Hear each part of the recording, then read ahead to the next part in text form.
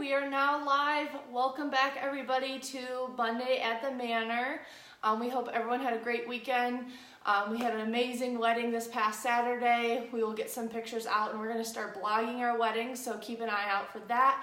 It was supposed to be a gloomy day, which aren't these days all gloomy right now. We're trying to get away from that and actually enjoy summer, but it turned out to be such a beautiful day. Again, congratulations to Lisa and Alex. Your guys' wedding was absolutely beautiful. So we will get started, and again, thank you for tuning in to another edition at Monday at the Manor. Long weekend. Welcome. Yes. So here we have Will from Wedding Bells. If you're not familiar with where Wedding Bells is, they are located in Stevensville, and I will let you take it away. Sure. Yeah. Wedding Bells, the quick story in a nutshell. We've been around since 1982. We started kind of as just a small grassroots organization. Actually, my parents started it. They wanted to get out of the corporate realm in corporate America, and bridal was something that they kind of had a vision for, and kind of took it from there. We grew very organically for the first couple of years, but it was right coming out of a recession back in the 80s, and weddings were all the rage with the royal weddings back in that time frame. So we just kind of evolved with the times, but Wedding Bells is still here, and we're very, very happy to be here still. Awesome. So a little backstory after that backstory. If you're looking at getting your wedding dress, or the men, if you're looking into tuxes, if the women are looking for the men's tuxes, this is a really good resource, and we're so happy because you guys are our neighbors. So you talked about a little about how long Wedding Bells has been around. So what are some trends you guys are seeing right now as far as wedding dresses and tuxes? Sure. Well, starting with wedding dresses, we came out of a real long era, you could say, a time frame where it was kind of boho or bohemian, which fits into a lot of the outdoor especially elements. Excuse me. But I think we're kind of transferring over into a new realm, and it's really a glamour realm, as they would say. So you're seeing a lot of different styles and designs and embellishments, and things such as like lace overlay and skirts.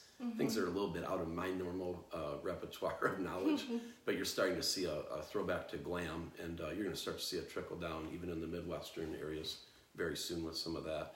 Colors-wise, you're seeing a lot of like rose gold and champagne. That's my favorite color. Yeah, so a lot of the color combinations you're seeing will have some element of that, but now you're even seeing some more avant-garde, so like your blues and your greens and your golds mixed in with your traditional ivory and white.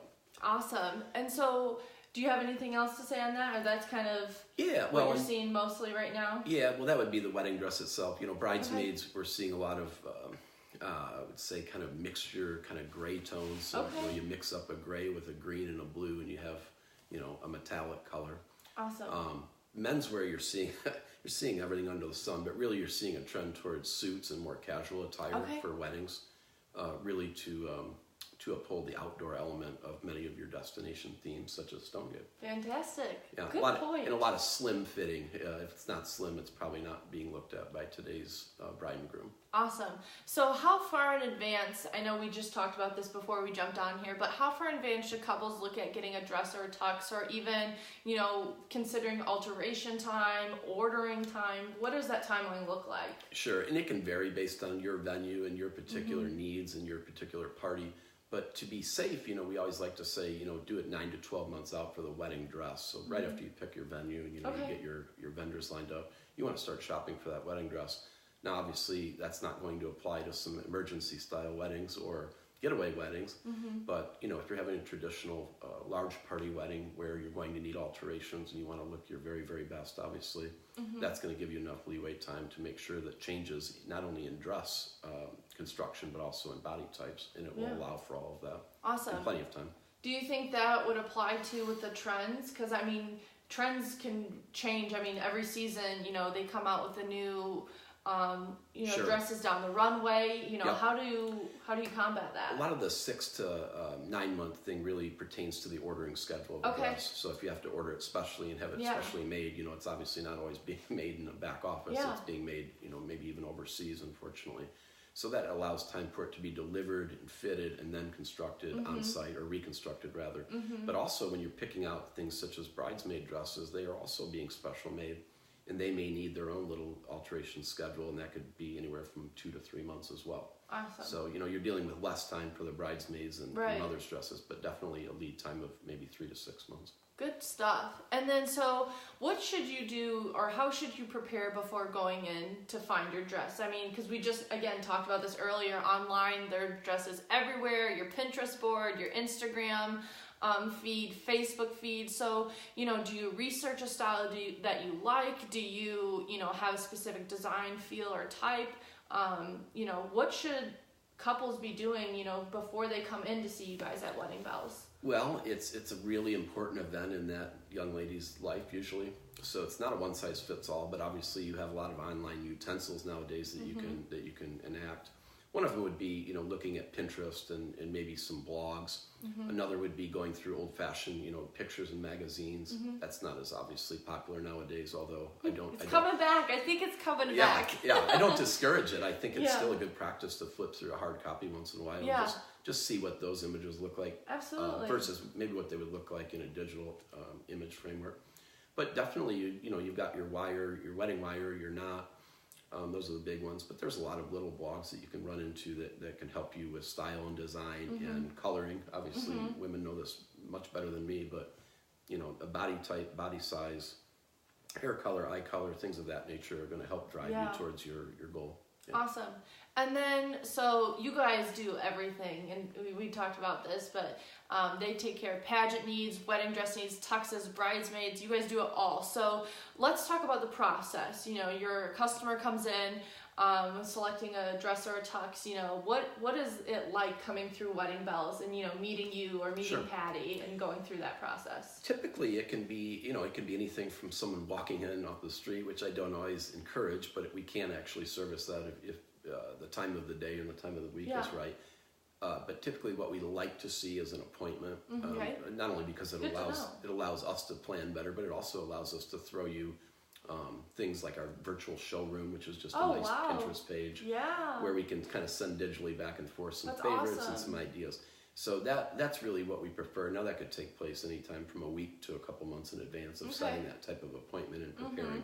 But we just like to get a general idea of what type of wedding it is, where you're hosting the wedding, what type of party, what type of colors, what type of size and style and structure you're looking for in your dress. And obviously budget will come into play as well. For sure. Yeah. And then same thing for a tux, you'd say the same thing too? Yeah, I would say when it comes to menswear, I don't like to get greedy in time. We definitely don't need nearly as much time. You don't? No, and I'm sure that doesn't surprise anybody. Yeah. You can pick the menswear, so the suit or the tux or even the casual attire, whatever it might be, you can still pick that out as the day you pick your wedding dress out. You just don't need to. Yeah. It's just not as necessary.